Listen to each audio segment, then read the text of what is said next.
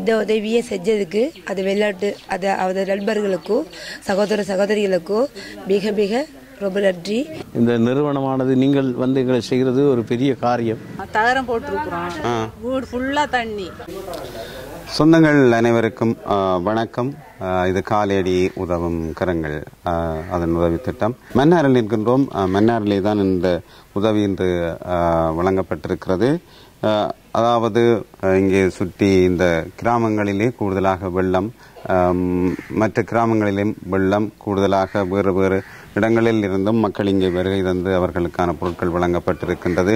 ஏனெனில் அவர்கள் இடம்பெயர்ந்தும் இருக்கிறார்கள். இங்கே தண்ணிக்குள்ளும் இருக்கிறார்கள், வீடு முற்றாக தண்ணிக்குள்ளும் இருக்கிறது. நாங்கள் தூர இடங்களுக்கு செல்ல முடியாதால் நாங்கள் ஒரு இடத்தில் வைத்து இந்த பொருட்களை அவர்களை கூப்பிட்டு வழங்கி இருக்கின்றோம். இன்றைய இந்த உதவிக்காக நிதி உதவி வழங்கியிருக்கிறார்கள். பிரதாப் 1000 குரோன், கருணரட்னம் நிசாந்த் 1000 குரோன் மற்றும் பாலசுப்ரமணியம் புஷ்பராணி சின்னத்துறை, சுபத்ராதேவி பாலசுப்ரமணியம் அவர்களின் 10வது ஆண்டு நினைவு அஞ்சலியை முன்னிட்டு பிள்ளைகளால் 50,000 ரூபாய் வழங்கப்பட்டிருக்கிறது. இவர்கள் வழங்கிய மொத்தம் 1 லட்சம் ரூபாயிலே தான் இன்றைய இந்த பொதிகள் வழங்கப்பட்டிருக்கிறது. கிட்டத்தட்ட 31 பொதிகள் வழங்கப்பட்டிருக்கின்றது. உண்மையில் இவர்கள் அனைவருக்கும் மிகுந்த நன்றியுடையவர்களாக இருக்கின்றோம். உண்மையில் நாங்கள் இவர்கள் இந்த பணத்தை தந்த இந்த புலம்பெயர் சொந்தங்களுக்கு நாங்கள் நன்றி சொல்ல கடமைப்பட்டிருக்கின்றோம். ஏனெனில் இந்த மக்கள் மிகவும் பாதிப்பு உள்ளான மக்கள். நீங்கள் மன்னார் பகுதியை பார்த்தால் தெரியும், கூடுதலான இது தாழ்வான பகுதிகள். மழை பெய்தவுடனே இந்த வீடுகளை சுற்றி வெள்ளங்கள் வந்துவிடும். அவர்கள் தொழிலுக்கு செல்ல முடியாத நிலை. இங்கு வந்தவர்கள் அதாவது கிட்டத்தட்ட 6 கிலோமீட்டர் தூரத்திலிருந்து இடம்பெயர்ந்து இங்கே பக்கத்தில் வசிப்பவர்கள் கூட இங்கே வந்திருந்தார்கள். அந்த அளவு வெள்ளத்தால் பாதிக்கப்பட்டிருக்கின்றார்கள் மக்கள். அந்த அவ்வாறான பாதிக்கப்பட்டவர்களைத்தான் நாங்கள் இங்கு அழைத்து இந்த நிவாரண பொதிகளை வழங்கி இருக்கின்றோம்.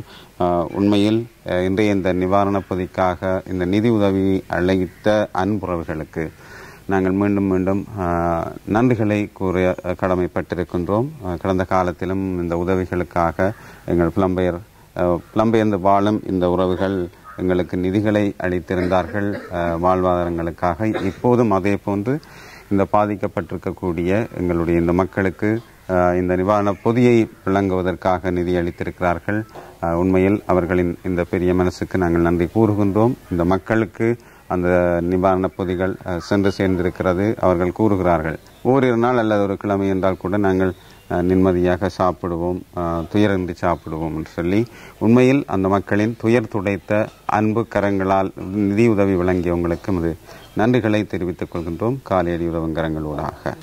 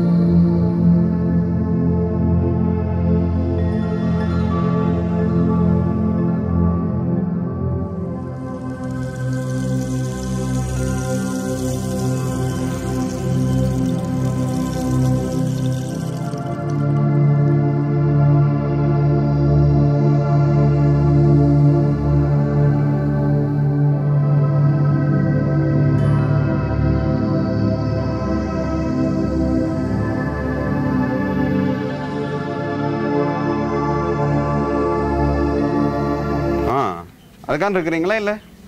வீட்டுக்கு உள்ளுக்கு தண்ணி வரையில சுற்றி வர தண்ணி அந்த கல்லுகளை வச்சு அடிக்கி அதுக்குள்ளால போய் வரேன் எல்லாம் தண்ணி தானே பாவிக்கல. சின்ன கிழமை இருக்கு நம்ம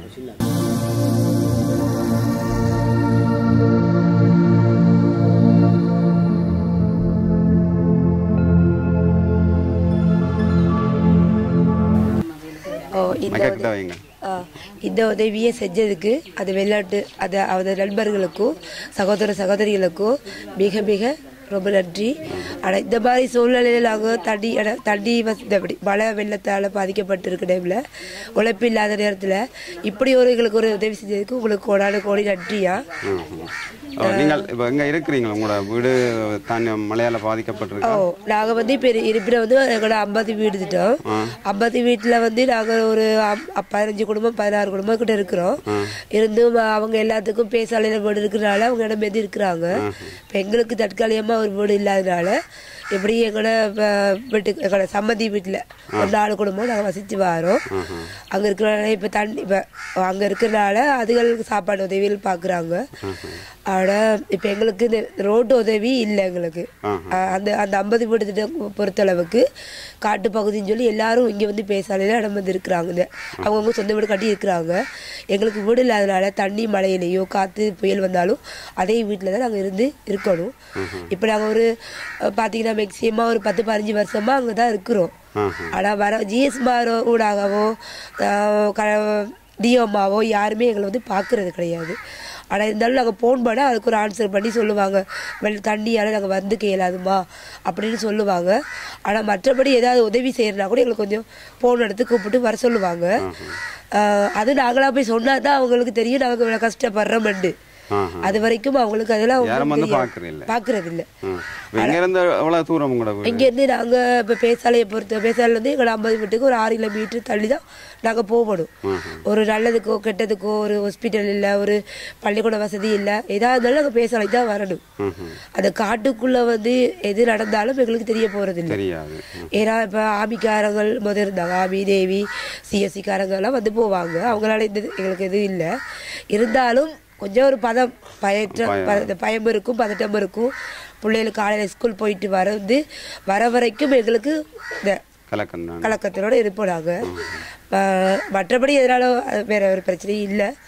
இப்போ இடம் பெற்று தான் இருக்கிறோம். இன்னும் எவ்வளோ காலத்துக்கு நாங்கள் இப்படி இருக்க போகிறோமோன்னு எங்களுக்கு தெரியாது.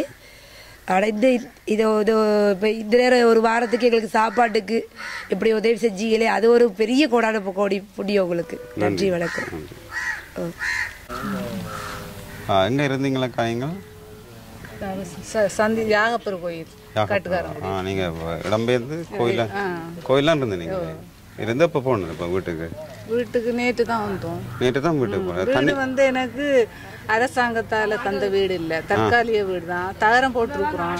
வீடு ஃபுல்லா தண்ணி, ஒழுக்கு முடியாதவங்களை வச்சிருக்கிறான். அதனால எனக்கு வீட்டு வசதி தான் இல்லை. அதனால கோயில்ல இருந்து இப்பதான் வீட்டுக்கு வந்தோம். இப்போ தண்ணி வத்திட்டு இப்போ வத்திட்டு இப்போ தண்ணி. வணக்கம். இன்றைய நாளில் இந்த எங்களுடைய பகுதி மக்கள் நிறைய பேர் இருந்தாங்க.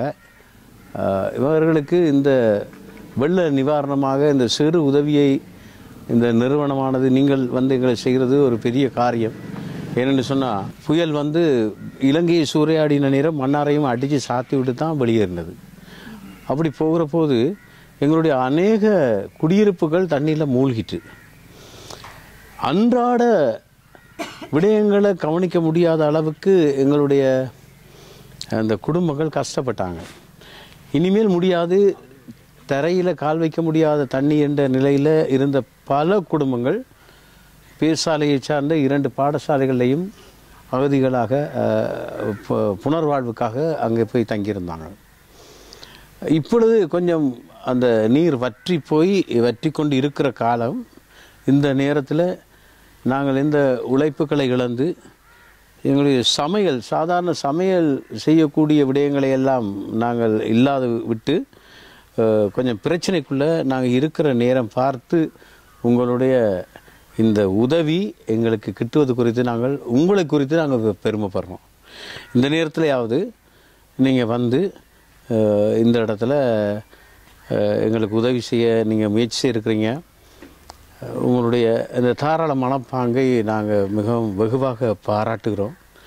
மன்னார் பொதுவாக கவனத்துக்கு கொள்ளாத மற்றவர்களால் அதை கவனிக்க பெறாத ஒரு மாவட்டமாக இருக்கிறது.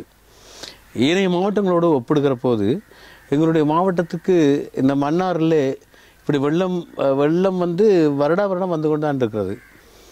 ஆனால் இப்போ இன்றைக்கு 3 வருடங்களுக்கு முன்பு இதை விட மோசமான வெள்ளத்தை நாங்கள் சந்தித்தோம். இதற்கான பௌதிக காரணிகள் என்று சொல்லி பல இருக்கிறது. மன்னார் மண் சூறையாடப்படுவது அதற்கு காரணமாக அமைகிறது. ஆயிலும் கூட இன்றைய நாட்களிலே இந்த இடங்களிலே நீங்கள் எங்களை தேடி வந்து இந்த உதவியை நீங்கள் செய்வதற்கு முன்வந்தமைக்காக நாங்கள் உங்களுக்கு எங்களுடைய நெஞ்சார்ந்த நன்றிகளை தெரிவித்துக் கொள்கிறோம். எங்களுடைய இந்த துயர்படுகிற போதெல்லாம், நாங்கள் துன்பப்படுகிற போதெல்லாம் உங்களுடைய உதவிக்கரம் எங்களை நோக்கி நீளுவதை குறித்து நாங்கள் இன்னும் உங்களிடம் யாசிக்கிறோம். நீங்கள் எங்களுக்கு செய்யணும். ஏனென்று சொன்னால் நாங்கள் பாவப்பட்ட ஜென்மங்களாக தான் இருக்கிறோம். எங்கள் ஒழுங்காக தொழில் வளம் இல்லை, சூறையாடப்படுகிற இயற்கை சூறையாடப்படுகிறது. நாங்கள் மிக கடினமான நிலைகள்லாம் இருக்கிறோம். இதில் எல்லாருமே பணக்காரர் ஏழைகள் என்ற மட்டில் அப்படிலாம் பார்க்க முடியாது. எல்லாருமே ஓவரால் இந்த வெள்ளப்பெருக்கில் பாதிக்கப்பட்டார்கள். எங்களுக்கு நீங்கள் செய்கிற இந்த உதவிக்கு நாங்கள் மீண்டுமாய் நன்றி தெரிவித்துக் கொள்கிறோம்.